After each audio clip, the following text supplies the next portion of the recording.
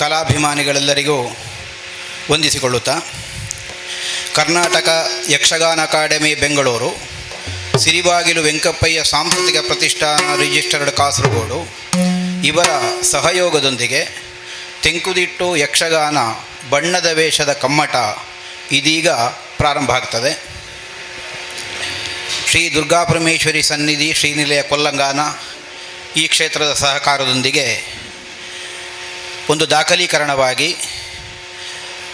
ಪ್ರಸ್ತುತ ಯಕ್ಷಗಾನದ ಬೆಳವಣಿಗೆಗೆ ಅನುಕೂಲಕರವಾಗಿ ಇದೊಂದು ಶಾಶ್ವತವಾಗಿ ಉಳಿದು ಬರಬೇಕು ಅನ್ನುವಂತಹ ಉದ್ದೇಶದಿಂದ ಸಿರಿಬಾಗಿಲು ವೆಂಕಪ್ಪಯ್ಯ ಸಾಂಸ್ಕೃತಿಕ ಪ್ರತಿಷ್ಠಾನ ಮತ್ತು ಕರ್ನಾಟಕ ಯಕ್ಷಗಾನ ಅಕಾಡೆಮಿ ಬೆಂಗಳೂರು ಇವರು ಜಂಟಿಯಾಗಿ ಅವರ ಸಹಯೋಗದಿಂದ ಸಿದ್ಧವಾಗುತ್ತಿರುವಂತಹ ಇದೊಂದು ಅತ್ಯಪೂರ್ವವಾದ ಅತ್ಯವಶ್ಯಕವಾದ ಕಾರ್ಯವಾಗಿ ರೂಪುಗೊಳ್ಳುತ್ತಾ ಇದೆ. ತೆಂಕುತಿಟ್ಟು ಯಕ್ಷಗಾನದ ಈ ಪ್ರಭೇದದಲ್ಲಿ ಬಣ್ಣಗಾರಿಕೆಗೊಂದು ವಿಶೇಷವಾದಂತಹ ಮಹತ್ತಿಕೆ ಇದೆ. ಯಕ್ಷಗಾನ ತೆಂಕುತಿಟ್ಟು, ಬಡಗುತಿಟ್ಟು, ಬಡ ಬಡಗು ಹೀಗೆ ಪ್ರತ್ಯೇಕವಾದ ಪ್ರಭೇದಗಳನ್ನು ಗುರುತಿಸುವಾಗ ಒಂದೊಂದು ತಿಟ್ಟುಗಳು ಒಂದೊಂದು ಮುಖದಲ್ಲಿ ವಿಸ್ತೃತವಾದ ಬೆಳವಣಿಗೆಯನ್ನು ಹೊಂದಿದ್ದನ್ನು ಕಲಾಭಿಮಾನಿಗಳೆಲ್ಲ ಬಲ್ಲರು.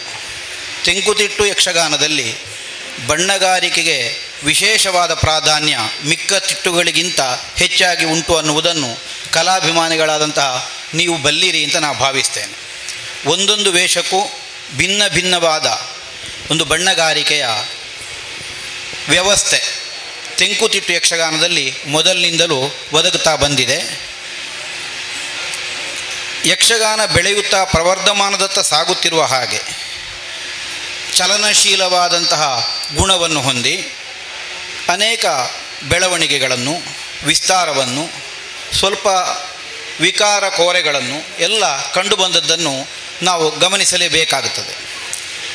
ಹಾಗೆ ಎಲ್ಲೆಲ್ಲೋ ಹರಿದು ವಿಸ್ತಾರವಾಗಿ ಸ್ವರೂಪ ಕಳಕೊಳ್ಳುವಂತಹ ಭೀತಿ ಈ ಕಲೆಗಿರುವುದರಿಂದ ಅದಾಗಕೂಡದು. ಸರಿಯಾದಂತಹ ಒಂದು ಅಧ್ಯಯನಶೀಲವಾದ ಮನಸ್ಸುಳ್ಳವರಿಗೆ ಇದನ್ನು ಉಳಿಸಿ ಬೆಳೆಸುವಲ್ಲಿ ಇದೊಂದು ಸಹಕಾರವಾಗಿ ಒದಗಿ ಬರಬೇಕು ಅನ್ನುವಂತಹ ಸದಾಶಯದಿಂದ ನಾವಿದನ್ನು ಸಾದರಪಡಿಸುವಲ್ಲಿ ಸಾಕಷ್ಟು ಪೂರ್ವ ಸಿದ್ಧತೆಯೊಂದಿಗೆ ಪ್ರಯತ್ನಿಸ್ತಾ ಇದ್ದೇವೆ ಎನ್ನುವುದನ್ನು ನಾನು ತಿಳಿಸಲು ಸಂತೋಷಪಡ್ತೇನೆ. ಈ ಬಣ್ಣದ ವೇಷದ ಕಾರ್ಯಾಗಾರ ಅಥವಾ ಕಮ್ಮಟದಲ್ಲಿ ಭಿನ್ನ ಭಿನ್ನ ವೇಷಗಳ ಹೆಚ್ಚಿನ ಸಂಖ್ಯೆಯಲ್ಲಿ ಎಷ್ಟು ಸಾಧ್ಯವಷ್ಟನ್ನು ರೂಢಿಸುವುದನ್ನು ನಾವು ಪ್ರಯತ್ನಿಸ್ತೇವೆ. ಈ ಎಲ್ಲ ಒಟ್ಟು ಕಾರ್ಯಕ್ರಮಗಳ ಅವಲೋಕನಕಾರರಾಗಿ ಯಕ್ಷಗಾನ ಕ್ಷೇತ್ರದ ಹಿರಿಯ ಕಲಾವಿದ 6-7 ದಶಕಗಳ ಯಕ್ಷ ತಿರುಗಾಟದ ಅನುಭವವುಳ್ಳ ಯಕ್ಷರಂಗದ ದಶಾವತಾರಿ ಅಂತಲೇ ಸರ್ವಮಾನ್ಯರಾದ ಶ್ರೀಯುತ ಸೂರಿಕುಮೇರು ಕೆ ಗೋವಿಂದ ಭಟ್ರವರು ಅವಲೋಕನಕಾರರಾಗಿ ಇದರಲ್ಲಿ ಭಾಗವಹಿಸ್ತಾರೆ. ಕೊನೆಗೆ ಅವರದ್ದಾದಂತಹ ವಿಮರ್ಶಾತ್ಮಕವಾದ ಈ ಕಾರ್ಯದ ಕುರಿತಾದ ವಿಮರ್ಶಾತ್ಮಕವಾದ ಹೇಳಿಕೆಯನ್ನು ಅವರು ನೀಡುವುದಕ್ಕಿದ್ದಾರೆ. ಈಗ ಮೊದಲಿಗೆ ಒಂದು ದೇವೇಂದ್ರನ ಅಂದರೆ ಸಹಸ್ರಾಕ್ಷ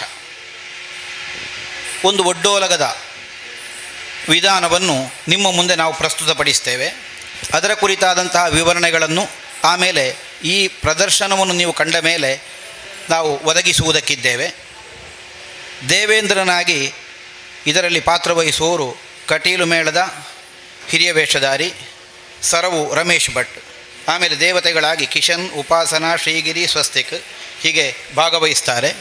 ಹಿಮ್ಮೇಳದಲ್ಲಿ ಭಾಗವತರಾಗಿ ಕಟೀಲಿನ ಒಂದು ಮೇಳದಲ್ಲಿ ಪ್ರಧಾನ ಭಾಗವತರಾಗಿ ಕರ್ತವ್ಯ ನಿರ್ವಹಿಸುತ್ತಿರುವ ಬಲಿಪ ಪರಂಪರೆಯ ಬಲಿಪ ಭಾಗವತರ ಶಿಷ್ಯರೂ ಆದ ಶ್ರೀಯುತ ಪುಂಡಿಕಾಯಿ ಗೋಪಾಲಕೃಷ್ಣ ಭಟ್ರವರು ಭಾಗವಹಿಸಲಿಕ್ಕಿದ್ದಾರೆ. ಚೆಂಡೆವಾದಕರಾಗಿ ತೆಂಕುತಿಟ್ಟಿನ ಪ್ರಸಕ್ತ ಮದ್ದಳೆವಾದಕರಲ್ಲಿ ಒಂದು ಉನ್ನತವಾದ ಸ್ಥಾನವನ್ನು ತನ್ನ ಸಾಧನೆಯ ಮೂಲಕವಾಗಿ ಗಳಿಸಿಕೊಂಡ ಶ್ರೀಯುತ ಮುರಾರಿ ಕಡಂಬಳಿತಾಯರು ಕಟೀಲು ಒಂದು ಮೇಳದ ಪ್ರಧಾನ ಮದ್ದಳೆಗಾರರಾಗಿ ಕರ್ತವ್ಯವನ್ನು ನಿರ್ವಹಿಸ್ತಾ ಇರುವವರು ಅವರು ಭಾಗವಹಿಸ್ತಾರೆ. ಆಮೇಲೆ ಮದ್ದಳೆಯಲ್ಲಿ ಇನ್ನೊಬ್ಬರು ತರುಣ ಕಲಾವಿದ ಲಕ್ಷ್ಮೀಶ ಭಟ್ ಬೇಂಗ್ರೋಡಿ ಇವರು ಭಾಗವಹಿಸ್ತಾ ಇದ್ದಾರೆ. ಚಕ್ರತಾಳದಲ್ಲಿ ಮುರಾರಿ ಭಟ್ ಪಂಜಿಗದ್ದೆ ಇವರು ಸಹಕಾರವನ್ನು ನೀಡಲಿಕ್ಕಿದ್ದಾರೆ. ನೋಡಿ.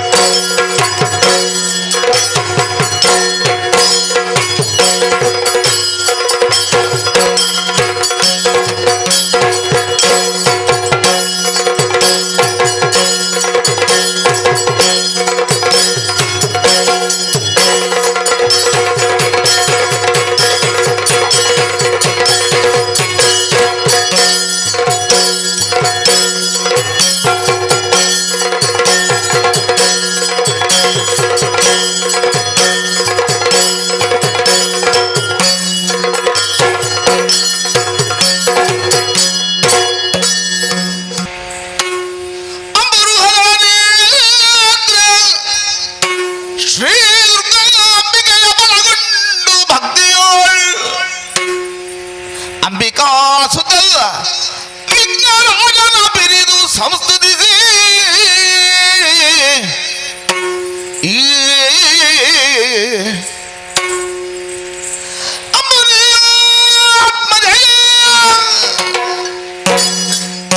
ಕೈ ಮುಗಿಯಂಬುಜಾದನ ವಾಣಿಯರ ಪಾದಾಂಬುಜಗೆ ಬೊಡ ಮಡುತ್ತ ವರ್ಣಿತನಿ ಕಥಾಮೃತವ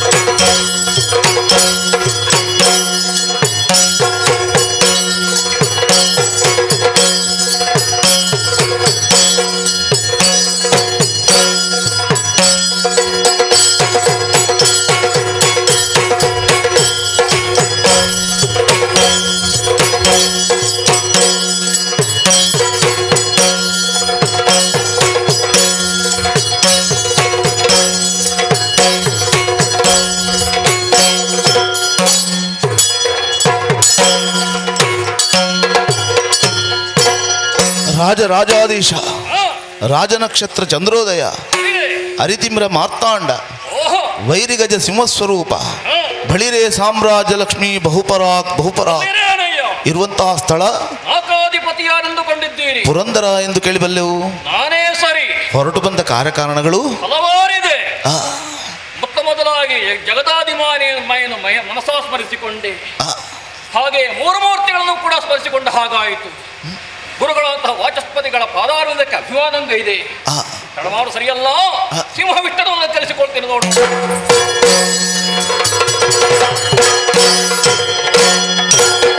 ಬಂದು ಕುಳಿತು ಸುಧರ್ಮ ಸಭೆಯೋಳು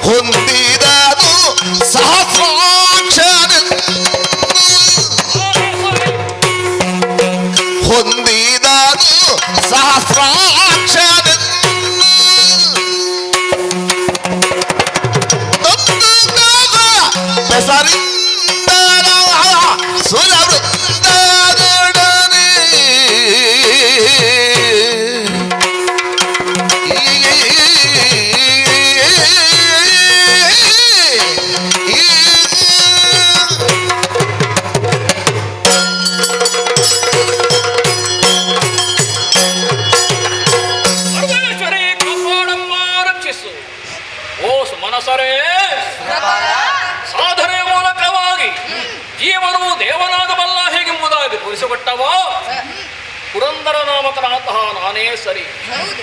ಭೂಲೋಕದಲ್ಲಿ ಅದಿತಿ ಕಶ್ಯಪರಿಗೆ ಸುತನಾಗಿ ಪುರಂದರ ನಾಮಕನಾಗಿ ಹುಟ್ಟಿಕೊಂಡವ ನಾನು. ಹಿರಿಯರ ಆದೇಶದ ಮೇರೆಗೆ ಮೇಘವಂತ ಪರ್ವತದಲ್ಲಿ 100 ಅಶ್ವಮೇಧ ಯಾಗವನ್ನು ಮಾಡುವ ಪುಣ್ಯದ ಫಲವಾಗಿಯೇ ಈ ದೇವಲೋಕದ ಅಧಿಕಾರವನ್ನು 3 ಮೂರ್ತಿಗಳು ನನಗೆ ಅನುಗ್ರಹದ ರೂಪವಾಗಿ ಕರುಣಿಸಿಕೊಟ್ಟವರಿದ್ದಾರೆ. ಏನು ಮಾಡೋಣ ಹೇಳಿ? ಹಿಂದಿನ ಘಟನೆಯನ್ನು ನೆನಪಿಸಿಕೊಂಡಾಗ ಮೈ ರೋಮಾಂಚನವಾಗುತ್ತಾ ಇದೆ. ಅದುವೇ ಅಹಲ್ಯಾ ಪ್ರಕರಣ. ಬ್ರಹ್ಮದೇವನ ಮಗಳು ತನ್ನ ಮಗಳನ್ನು ಮದುವೆ ಮಾಡಿಕೊಡ್ತೇನೆ ಹೇಗೆಂಬುದಾಗಿ ನಿಶ್ಚಯ ಮಾಡಿದ್ದು ಮಾತ್ರವಲ್ಲ, ಪಣವೊಂದನ್ನು ಇರಿಸಿದ. ಮೊದಲಾಗಿ ಯಾರು ಭೂಪ್ರದಕ್ಷಿಣೆ ಮಾಡಿ ಬರ್ತಾರೋ ಅಂತವರಿಗೆ ಮಗಳನ್ನು ದಾರಿಯನ್ನು ಕೊಡ್ತೇನೆ ಹೇಗೆಂಬುದಾಗಿ ಗೌತಮ ಮಹರ್ಷಿಗಳು ಅಲ್ಲಿಗೆ ಬಂದಿದ್ರು. ನಾನು ಅಲ್ಲಿ ಸೇರಿದ್ದೆ. ನನ್ನದಾದ ವೈಭವಕ್ಕೆ ಅನುಸಾರವಾಗಿ ಐರಾವತವನ್ನು ನಡರಿ ಭೂಪ್ರದಕ್ಷಿಣೆಗೆ ಬೇಕಾಗಿ ಮುಂದಾದೆ. ಆದರೆ ಇಲ್ಲಿ ನಡೆದುದೇನು? ಗೌತಮ ಮಹರ್ಷಿಗಳು ವಿಮುಖವಾದಂತಹ ಗೋವನ್ನು ಸೃಷ್ಟಿ ಮಾಡಿ ಅದಕ್ಕೆ 3 ಪ್ರದಕ್ಷಿಣೆ ಬಂದು ಭೂಪ್ರದಕ್ಷಿಣೆ ಮಾಡಿದಂತಹ ಪುಣ್ಯದ ಫಲ ಬಂತು ಹೀಗೆಂಬುದಾಗಿ ಹೋಗಿ ಕೈ ನೀಡಿದರು. ಬ್ರಹ್ಮದೇವರು ಮಗಳನ್ನು ದಾರಿಯನ್ನು ಕೊಟ್ಟರು. ನಾನು ಬರುವಂತಹ ಕಾಲಕ್ಕೆ ಮದುವೆ ಮತ ಸಂಸ್ಕಾರ ಮುಗಿದು ಹೋಯಿತು. ಕುಪಿತನಾದೆ. ಇಂದಲ್ಲ ನಾಳೆ ಅಹಲ್ಯ ಸುಖವನ್ನು ಪಡೆದೇನು ಹೀಗೆಂಬುದಾಗಿ. ಹಾಗೆಯೇ ನಿಮ್ಮನ್ನೆಲ್ಲ ಒಡಗೂಡಿಕೊಂಡು ಒಂದು ದಿನ ಬ್ರಾಹ್ಮಿ ಮುಹೂರ್ತಕ್ಕೆ ಅನುಸಾರವಾಗಿ ಗೌತಮ ಮಹರ್ಷಿಯ ರೂಪವನ್ನು ಧಾರಣೆ ಮಾಡಿಕೊಂಡು ಆ ಗೌತಮ ಮಹರ್ಷಿಗಳಿರುವಂತಹ ಕಾಲದಲ್ಲಿ ಅವಳ ಅಂತಃಪುರವನ್ನು ಪ್ರವೇಶ ಮಾಡಿದೆ. ಆ ಕಾಲಕ್ಕೆ ಬಂದರಂತಹ ಗೌತಮ ಮಹರ್ಷಿಗಳು ವಿಚಾರವನ್ನು ತಿಳಿದು ಕುಪಿತರಾಗಿ ಘೋರ ಶಾಪವನ್ನೇ ಕೊಟ್ಟು ಬಿಟ್ಟರು. ಹೆಣ್ಣಿನಲ್ಲಿ ನೀನು ಯಾವುದನ್ನು ಬಯಸಿದ್ದೀಯೋ ಅದುವೇ ನಿನ್ನ ಮೈಮೇಲೆ ಆಗಿ ಹೋಗಲಿ ಹೀಗೆಂಬುದಾಗಿ. ಹಾಗೆಯೇ ಕಣ್ಣ ನೀರ ಧಾರೆ ಮೂಲಕವಾಗಿ ಅವರನ್ನು ಪ್ರಾರ್ಥಿಸಿಕೊಂಡೆ. ಪ್ರತಿವಿಧಿಯನ್ನು ಹೇಳಿದ್ದಾರೆ. ನೋಡುವವರ ಕಣ್ಣಿಗೆ ನಿನ್ನ ಮೈಯಲ್ಲಿ ಕಣ್ಣಾಗಿ ಹೋಗಲಿ ಹೀಗೆಂಬುದಾಗಿ. ಜೊತೆಗೆ ನನ್ನನ್ನು ಸಹಸ್ರಾಕ್ಷ ಹೀಗೆಂಬುದಾಗಿ ಕರೆದರು. ಏನೇ ಇರಲಿ, ಉತ್ತರಾಯಣದ ಬ್ರಾಹ್ಮಿ ಮುಹೂರ್ತ ಇದು. ಹಾಗೆ ಇದ್ದಂತಹ ನಾನು ನಿತ್ಯ ವಿಧಿಗಳನ್ನೆಲ್ಲ ಪೂರೈಸಿ ರಾಜ ಪೋಷಾಕವನ್ನು ಧಾರಣೆ ಮಾಡಿಕೊಂಡು ಸಭಾಪ್ರವೇಶ ಮಾಡಿದ್ದೇನೆ. ನೋಡಬಾರದೆ ನಮ್ಮ ಸಭೆಯನ್ನು. ಗರುಡರು, ಗಂಧರ್ವರು, ಸಿದ್ಧರು, ಸಾಧ್ಯರು, ಮನುಮನಿಗಳು ಎಲ್ಲರೂ ಸೇರಿದ್ದಾರೆ. ನಮ್ಮ ಮನಸ್ಸನ್ನು ರಂಜಿಸುವುದಕ್ಕೆ ಬೇಕಾಗಿ ರಂಭಾರಿ ನಾರಿಯರ ನರ್ತನ, ಚಿತ್ರಸೇನನ ಗಾಯನ ಮನಸ್ಸಿಗೆ ಆನಂದವಾಗುತ್ತಾ ಇದೆ. ಯಾವುದೇ ರೀತಿಯ ಕಷ್ಟ ಬಂದರೂ ಕೂಡ ಅದನ್ನು ನಾವೆಲ್ಲ ಒಂದಾಗಿ ದೈಹಿಕ ಸಾಮರ್ಥ್ಯದಿಂದ ಎದುರಿಸಬಲ್ಲವೆಂಬಂತಹ ವಿಶ್ವಾಸ ನಮಗುಂಟು. ಜೊತೆಗೆ ಶ್ರೀಹರಿಯ ಪೂರ್ಣಾನುಗ್ರಹ ನಮ್ಮ ಮೇಲೆ ಇದೆ ಎಂಬಲ್ಲಿಗೆ ಮನಸ್ಸಿಗೆ ನೆಮ್ಮದಿಯಾಗುತ್ತಾ ಇದೆ. ಇಂದಿನ ಈ ಸಭೆಯನ್ನು ಇಲ್ಲಿಗೆ ಮುಕ್ತಾಯಗೊಳಿಸೋಣಾಗದೆ ಸರಿ.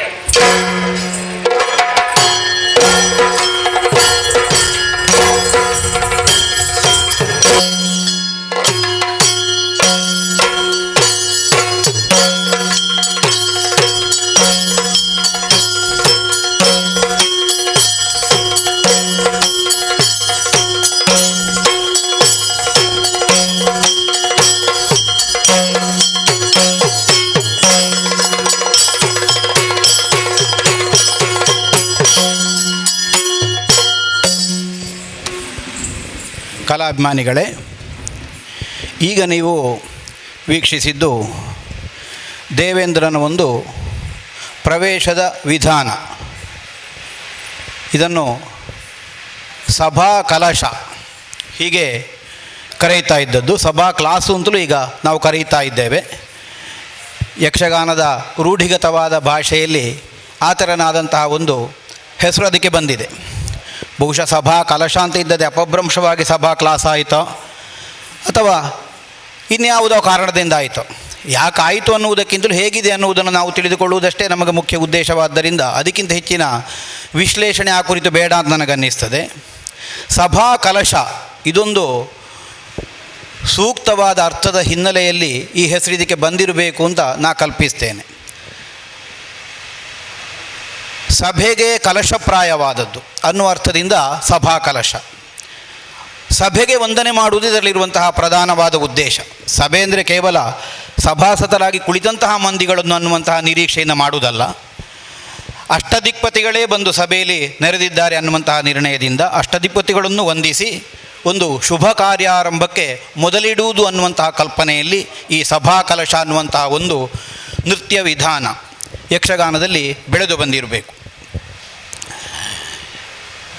ಎಲ್ಲ ಪಾತ್ರಗಳು ಪ್ರಸಂಗ ಪ್ರಾರಂಭವಾಗುವಂತಹ ಕಾಲದಲ್ಲಿ ಈ ಸಭಾ ಕಲಶವನ್ನು ಪ್ರದರ್ಶಿಸುವಂತಹ ಪರಿಪಾಠ ಇಲ್ಲ, ಸಂಪ್ರದಾಯ ಇಲ್ಲ. ದೇವೇಂದ್ರನ ಪಾತ್ರ, ತಪ್ಪಿದರೆ ಅರ್ಜುನನ ಪಾತ್ರ, ಇವು ಮಾತ್ರ ಸಭಾ ಕಲಶವನ್ನು ಮಾಡುವುದಕ್ಕೆ ಅರ್ಹತೆಯನ್ನು ಹೊಂದಿದ ಪಾತ್ರಗಳು ಅಂತ ಯಕ್ಷಗಾನದ ಒಂದು ಸಂಪ್ರದಾಯ. ಮತ್ತು ಹಾಗೆ ರಾಮನ ಒಡ್ಡೋಲಗ ಅಂತಿದೆ, ಆಮೇಲೆ ಕಾರ್ತವೀರ್ಯನ ಒಡ್ಡೋಲಗ ಅಂತಿದೆ. ಅದನ್ನು ಹೊರತುಪಡಿಸಿದರೆ ಬೇರೆ ಪಾತ್ರಗಳಿಗೆ ಒಡ್ಡೋಲಗ ಇಲ್ಲ. ಕೃಷ್ಣನ ಒಡ್ಡೋಲಗ ಇದೆ, ಮತ್ತು ಹನುಮಂತರ, ಅದೆಲ್ಲ ಬೇರೆ ವಿಧಾನಗಳು ಬೇರೆ. ಪ್ರಸಂಗದ ಪ್ರಾರಂಭದಲ್ಲಿ ಮಾತ್ರ ಸಭಾ ಕಲಶವನ್ನು ಮಾಡುವಂತಹ ಪರಿಪಾಠ. ಎಲ್ಲೋ ಪ್ರಸಂಗದ ಮಧ್ಯದಲ್ಲಿ ದೇವೇಂದ್ರ ಬರ್ತಾನೆ ಅಂತಾದರೆ ಸಭಾ ಕಲಶ ಇಲ್ಲ, ಪ್ರವೇಶ ಮಾತ್ರ ಇರೋದು. ಪ್ರಸಂಗದ ಮಧ್ಯದಲ್ಲಿಯೂ ಸಭಾ ಕಲಶವನ್ನು ಕುಣಿಯುವಂತಹ ಒಂದು ಅರ್ಹತೆ ಇರುವ ಪಾತ್ರಗಳು ಕಾರ್ತವೀರ್ಯ. ಆಮೇಲೆ ರಾಮಲಕ್ಷ್ಮಣರ ಒಡ್ಡೋಲಗವನ್ನಾದರೂ ಮಧ್ಯದಲ್ಲಿ ಇತ್ತೀಚೆಗೆ ಮಾಡುವುದಕ್ಕೆ ಪ್ರಾರಂಭಿಸಿದ್ದಾರೆ, ಮೊದಲಿಗಿಲ್ಲ. ಇಲ್ಲದಿದ್ದರೆ ಪ್ರಸಂಗ ಪ್ರಾರಂಭದಲ್ಲಿ ಬರುವ ದೇವೇಂದ್ರ ಪಾತ್ರ ಅಥವಾ ಪಾಂಡವರ ಒಡ್ಡೋಲಗವಾದರೆ ಅರ್ಜುನ. ಸಭಾ ಕಲಶವನ್ನು ಕುಣಿಯುವಂತಹ ಪರಿಪಾಠ ಉಂಟು ಅಂತ ನಮಗೆ ಹಿರಿಯರಿಂದ ಬಂದಂತಹ ತಿಳುವಳಿಕೆ. ಈಗ ನಾವು ಬಣ್ಣಗಾರಿಕೆಯನ್ನು ಪ್ರಧಾನವಾಗಿ ಇದರಲ್ಲಿ ಒಂದು ದಾಖಲಿಸುವಂತಹ ಉದ್ದೇಶವನ್ನು ಹೊಂದಿದವರು. ಒಂದು ಸಾತ್ವಿಕ ಶೃಂಗಾರ ವೇಷ. ದೇವೇಂದ್ರ ಅರ್ಜುನ ಇರ್ಬೋದು, ಇಂತಹ ಪಾತ್ರಗಳೆಲ್ಲ ಸಾತ್ವಿಕ ಶೃಂಗಾರ ವೇಷ ಅಂತ ಇದಕ್ಕೆ ಹೆಸರು. ಯಾವುದೆಲ್ಲ ಅಂತಹ ಸಾತ್ವಿಕ ಸ್ವಭಾವದ ಪಾತ್ರಗಳುಂಟು ಅದೆಲ್ಲ ಅದೇ ವರ್ಗದಲ್ಲಿ ಬರ್ತದೆ. ಯಕ್ಷಗಾನದಲ್ಲಿ ಪೀಠಿಗೆ ವೇಷಧಾರಿ, ಖಳನಾಯಕನ ಪಾತ್ರವನ್ನು ಮಾಡುವವನಿಗೆ ತೆಂಕುತಿಟ್ಟಿನಲ್ಲಿ ಎದುರು ವೇಷಧಾರಿ ಅಂತ ಹೆಸರು. ಕಥಾನಾಯಕನ ಪಾತ್ರಗಳನ್ನು ಮಾಡುವವನಿಗೆ ಪೀಠಿಗೆ ವೇಷಧಾರಿ ಅಂತ ಹೆಸರು. ಕಥಾನಾಯಕನ ಪಾತ್ರ ಮಾಡುವವನು ಪೀಠಿಗೆ ವೇಷಧಾರಿ ಮಾಡುವಂತಹ ಪಾತ್ರ ದೇವೇಂದ್ರ, ಅರ್ಜುನ ಇತ್ಯಾದಿ ಪಾತ್ರಗಳು. ಇದು ಸಾತ್ವಿಕ ಪಾತ್ರ. ಇದರ ಬಣ್ಣಗಾರಿಕೆಯಲ್ಲಿ ಅದರದ್ದೇ ಆದಂತಹ ನಿಯಮಗಳು ಮೊದಲಿನಿಂದಲೂ ನಡೆದು ಬಂದದ್ದಿದೆ. ಆಮೇಲೆ ಕಾಲಾಂತರದಲ್ಲಿ ಕಲಾವಿದರ ಕಲ್ಪನಾ ವಿಲಾಸಕ್ಕೆ ಸಿಲುಕಿ ಭಿನ್ನವಾಗಿ ವ್ಯತ್ಯಾಸವಾಗ್ತಾ ಹೋಗಿದೆ. ಈಗ ನೋಡಿ, ಈ ಬರವಣಿಗೆಯನ್ನು ನೀವು ಸ್ಪಷ್ಟವಾಗಿ ಗಮನಿಸಬಹುದು. ಊರ್ಧ್ವ ತ್ರಿಪುಂಡರ ನಾಮ, ಆಮೇಲೆ ವೈಷ್ಣವ ಮುದ್ರೆ, ಆಮೇಲೆ ಗಲ್ಲದಲ್ಲಿಯೂ ಒಂದು ಮುದ್ರೆ, ಕೆಳಗೆ ಗಡ್ಡ ಬರೆಯುವುದು, ಇದು ಕಟ್ಟು ಮೀಸೆ, ಅದು ಉಲ್ಲನ್ನಿಂದ ಸಿದ್ಧವಾದದ್ದು. ಹೀಗೆ ಈ ವೇಷ ಸ್ವರೂಪ ಇದೆಲ್ಲ ಕಾಡಿಗೆಯಿಂದ ಹುಬ್ಬು, ಕಣ್ಣು ಇಂಥದನ್ನೆಲ್ಲ ಬರೆಯುತ್ತಾರೆ. ಆದರೆ ಯಾವುದೇ ಪೀಠಿಗೆ ವೇಷಗಳಿಗೆ ಮೊದಲು ತ್ರಿಪುಂಡ್ರ ನಾಮ ಬರೆಯುವಂತಹ ಕಾಲಕ್ಕೆ ಮಧ್ಯಕ್ಕೆ ಕಪ್ಪು ಬಣ್ಣದ ನಾಮ ಎಳೆಯುವುದಕ್ಕಿಲ್ಲ. ಪೀಠಿಗೆ ವೇಷಕ್ಕೆ ಕಪ್ಪು ಬಣ್ಣದ ನಾಮ ಎಳೀಲಿಕ್ಕಿಲ್ಲ. ಇಲ್ಲಿ ಕಪ್ಪು ಬಣ್ಣದ ಗೀಟು ಕೊಡುವುದಕ್ಕಿಲ್ಲ. ಕೆಂಪಿನ ನಾಮ ಮಧ್ಯದಲ್ಲಿ ಕೊಡುವುದು, ಕೆಂಪು ಬಣ್ಣದ್ದು. ಆಮೇಲೆ ಅದರ ಮಧ್ಯಕ್ಕೆ ಅರಸಿನ ಬರ್ತದೆ, ಆಮೇಲೆ ಅದರ ಮಧ್ಯಕ್ಕೆ ಕೆಂಪು ಬರ್ತದೆ, ಬಿಳಿ ಬರ್ತದೆ, ಮತ್ತು ಕೊನೆಗೆ ಕೆಂಪು ಬರ್ತದೆ. ಹೀಗೆ ಬಣ್ಣಗಾರಿಕೆಯನ್ನು ಮಾಡುವುದು ವಿಧಾನ. ಇಲ್ಲಿ ಹಾಗಿಲ್ಲ. ಸ್ವಲ್ಪ ವ್ಯತ್ಯಾಸವನ್ನು ಮಾಡಿ ಕಲ್ಪನೆಯಿಂದ ಕಲಾವಿದರು ಸಿದ್ಧವಾಗಿಸಿದ ಒಂದು ದೇವೇಂದ್ರನ ವೇಷ ಹೇಗಿದೆ ಈಗ ಅನ್ನುವುದನ್ನು ತೋರಿಸುವುದಕ್ಕಾಗಿ ಈ ಕಲಾವಿದರು, ಕಟೀಲು ಮೇಳದ ಕಲಾವಿದರು ಸರವ ರಮೇಶ ಭಟ್ರು ಹೀಗೆ ಮಾಡಿದ್ದಾರೆ. ಸಹಸ್ರಾಕ್ಷ ಅನ್ನುವಂತಹ ಕಲ್ಪನೆಯಿಂದ ದೇವೇಂದ್ರನನ್ನು ಹೀಗೆ ಚಿತ್ರಣ ಮಾಡಿದ್ದಾರೆ. ಹಣೆಯಲ್ಲಿ 3 ಕಣ್ಣು, ಎಡಬಲಗಳಲ್ಲಿ 2 ಕಣ್ಣು, ಆಮೇಲೆ ಗಲ್ಲದ ಪ್ರದೇಶದಲ್ಲಿ 1 ಕಣ್ಣು, ಹೀಗೆ ಕಣ್ಣುಗಳನ್ನು ಬರೆದು ದೇವೇಂದ್ರ ಸಹಸ್ರಾಕ್ಷ ಅನ್ನುವಂತಹ ಕಲ್ಪನೆಯಿಂದ. ಪೌರಾಣಿಕವಾಗಿ ನಮಗೊಂದು ಕತೆ ಸಿಗ್ತದೆ. ಅಹಲ್ಯಾ ಶಾಪದ ಮೂಲಕವಾಗಿ ದೇವೇಂದ್ರ ಸಹಸ್ರ ಯೋನಿಯಾಗಿ ಹೋಗ್ತಾನೆ. ಆದರೆ ಲೋಕದವರ ಕಾಣುವ ಕಣ್ಣಿಗೆ ಅದು ಕಣ್ಣುಗಳಾಗಿ ಪರಿಣಮಿಸಲಿ ಅನ್ನುವ ಹಾಗೆ ಗೌತಮರು ಅದಕ್ಕೊಂದು ಹುರಿಶಾಪವನ್ನು ಕೊಟ್ಟಿರ್ತಾರೆ. ಈ ಕಾರಣದಿಂದ ದೇವೇಂದ್ರ ಸಹಸ್ರಾಕ್ಷ ಅನ್ನುವುದೊಂದು ಕಲ್ಪನೆ. ಆದರೆ ಅದೊಂದೇ ಅಲ್ಲ, ತಾತ್ವಿಕವಾಗಿ ಸಹಸ್ರಾಕ್ಷ ಅನ್ನುವುದು ವಿಶಾಲವಾದಂತಹ ಅವನ ದೃಷ್ಟಿವ್ಯಾಪ್ತಿಯನ್ನು ಬಿಂಬಿಸುವಂತಹ ಹೆಸರು ಹೌದು ಅಂತ ನಮಗೊಂದು ಕಲ್ಪಿಸುವುದಕ್ಕೆ ಸಾಧ್ಯ ಆಗ್ತದೆ. ಯಾಕೆಂದರೆ 3 ಲೋಕದ ಧರ್ಮಾಧ್ಯಕ್ಷ ದೇವೇಂದ್ರ, 3 ಲೋಕಗಳ ಒಳಿತನ್ನು ಕ್ಷೇಮವನ್ನು ಸದಾಕಾಲಮ ನೋಡುತ್ತಾ ಇರಬೇಕಾದವ. ಯಾವುದೊಂದು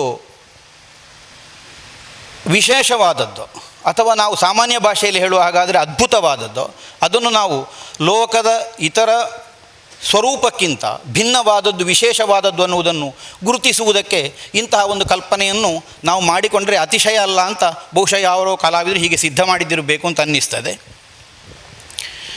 ಈಗ ದೇವರ ವಿರಾಟ್ ಸ್ವರೂಪದ ಕುರಿತಾಗಿ ಹೇಳುವಾಗಲೂ ಸಹಸ್ರಾಕ್ಷ, ಸಹಸ್ರಪಾತಿ, ಹೀಗೆ ಅವನ ಕುರಿತಾಗಿ ನಾವು ಧ್ಯಾನಿಸ್ತೇವೆ. ದೇವೇಂದ್ರನ ವಿಶಾಲವಾದ ವ್ಯಾಪ್ತಿಯನ್ನು ಪರಿಗಣಿಸಿಯೂ ಅವ ಸಹಸ್ರಾಕ್ಷ ಆಗಬಹುದು, ಅಥವಾ ಹಲ್ಯಾಶಾಪದ ಪೌರಾಣಿಕವಾದ ಕಥಾನುಸಾರವಾಗಿಯೂ ದೇವೇಂದ್ರ ಸಹಸ್ರಾಕ್ಷ ಆಗಿ ಗುರುತಿಸಲ್ಪಡ್ತಾನೆ. ಆ ಅರ್ಥದಿಂದಲೂ ಸಹಸ್ರಾಕ್ಷ ಆಗ್ತಾನೆ. ಈ ಕಲ್ಪನೆಯಿಂದ ಇದಕ್ಕಿಂತಹ ಒಂದು ಸ್ವರೂಪವನ್ನು ತಂದಿರಬೇಕು. ಅತಿಶಯ ಅಲ್ಲ. ಒಂದು ಬಹುದೀರ್ಘ ಕಾಲದ ಪರಂಪರೆಯುಳ್ಳಂತಹ ಯಾವುದೇ ಒಂದು ಕಲಾ ವಿಭಾಗದಲ್ಲಿ ಕಲಾವಿದರ ಕಲ್ಪನಾ ಸಾಮರ್ಥ್ಯಕ್ಕನುಗುಣವಾಗಿ, ಅವರ ಬುದ್ಧಿಶಕ್ತಿಗೆ ಅನುಗುಣವಾಗಿ, ವಿಮರ್ಶಕರ ತಿಳುವಳಿಕೆಯನ್ನು ಹೊಂದಿ ಇಂತಹ ಬೆಳವಣಿಗೆಗಳಾಗುವುದು ಸಹಜ. ಒಂದು ನಟ್ಟ ಸಸಿಯಾಗಿ ಇರುವುದಿಲ್ಲ, ಅದು ಬೆಳೆದು ವಿಸ್ತಾರವಾಗಿ ಅಲ್ಲಿ ಇಲ್ಲಿ ಎಲ್ಲ ಶಾಖೆಗಳನ್ನು ವಿಸ್ತರಿಸ್ತದೆ. ಹಾಗೆ ಕಲೆಯು ವಿಸ್ತರಿಸ್ತದೆ. ಯಾವುದು ಒಳಿತು ಯಾವುದು ಕೆಡುಕು ಅನ್ನುವುದನ್ನು ವಿಮರ್ಶಿಸಿ ಮಾಡಿದಾಗ ಕಲೆಯ ಜೀವಂತಿಗೆ ಉಳಿಯುತ್ತದೆ. ಇಂತಹದ್ದು ಕಲೆಯಲ್ಲಿ ಎಷ್ಟೋ ಬದಲಾವಣೆಗಳಾಗಿವೆ. ಯಾವುದು ಸಹ್ಯ ಯಾವುದು ಅಸಹ್ಯ ಅದನ್ನು ಪ್ರೇಕ್ಷಕರು ತೀರ್ಮಾನಿಸಬೇಕು, ವಿದ್ವಾಂಸರು ತೀರ್ಮಾನಿಸಬೇಕು. ಇದು ಒಂದು ಸ್ವೀಕರಿಸಬಹುದಾದ ಬದಲಾವಣೆ ಅಂತ ಅನ್ನಿಸಿದ್ದರಿಂದ ಇದು ಸ್ವಾಗತಾರ್ಹವಾದಂತಹ ಒಂದು ಬೆಳವಣಿಗೆಯ ಬದಲಾವಣೆ ಅಂತ ನನಗನ್ನಿಸ್ತದೆ. ಇನ್ನು ನಿಮ್ಮ ಅಭಿಪ್ರಾಯಕ್ಕೆ ಬಿಟ್ಟದ್ದು. ಇವರು ಕಟೀಲು ಮೇಳದ ಒಬ್ಬರು ಹಿರಿಯ ವೇಷಧಾರಿ ಸರವು ರಮೇಶ ಭಟ್ ಅಂತ. ತುಂಬ ವರ್ಷ ಸ್ತ್ರೀವೇಷ ಮಾಡ್ತಾ ಇದ್ದವರು, ಕಿರೀಟದ ವೇಷವನ್ನು ಮಾಡ್ತಾ ಇದ್ದವರು. ಹೇಗೆ ಅವರು ಮಾಡಿದ್ದಾರೆ, ನಿರ್ವಹಿಸಿದ್ದಾರೆ ಅನ್ನುವುದನ್ನು ನೀವೆಲ್ಲ ಕಾಣ್ತಾ ಇದ್ದೀರಿ. ಸಭಾವಂದನೆ ಅಂದರೆ ಕೇವಲ ಮೊದಲಿಗೆ ಮಾಡಿದ 3 ನಮಸ್ಕಾರ ಮಾತ್ರ ಅಂತ ಅರ್ಥ ಅಲ್ಲ, ಒಂದೊಂದು ಹೆಜ್ಜೆಯೂ ವಂದನೆ ಅನ್ನುವ ಅರ್ಥ. ಆದ್ದರಿಂದ ಅಷ್ಟ ದಿಕ್ಕುಗಳಿಗೂ ಅಲ್ಲಿ ನಮಸ್ಕಾರ ಸಲ್ಲಿಸಿದ ಹಾಗಾಗುತ್ತದೆ. ಹೀಗೊಂದು ಶುಭಾರಂಭವನ್ನು ಧಾರ್ಮಿಕವಾದ ಬೋಧೆಯುಳ್ಳಂಥ ಯಕ್ಷಗಾನ ಪ್ರದರ್ಶನದಲ್ಲಿ ಮಾಡಬೇಕು ಅನ್ನೋ ಔಚಿತ್ಯದಿಂದ ಮೊದಲಿನವರು ಮಾಡಿಟ್ಟಿದ್ದಾರೆ. ಅವರ ಆ ತಿಳುವಳಿಕೆಗೆ ನಾವು ತಲೆಬಾಗು.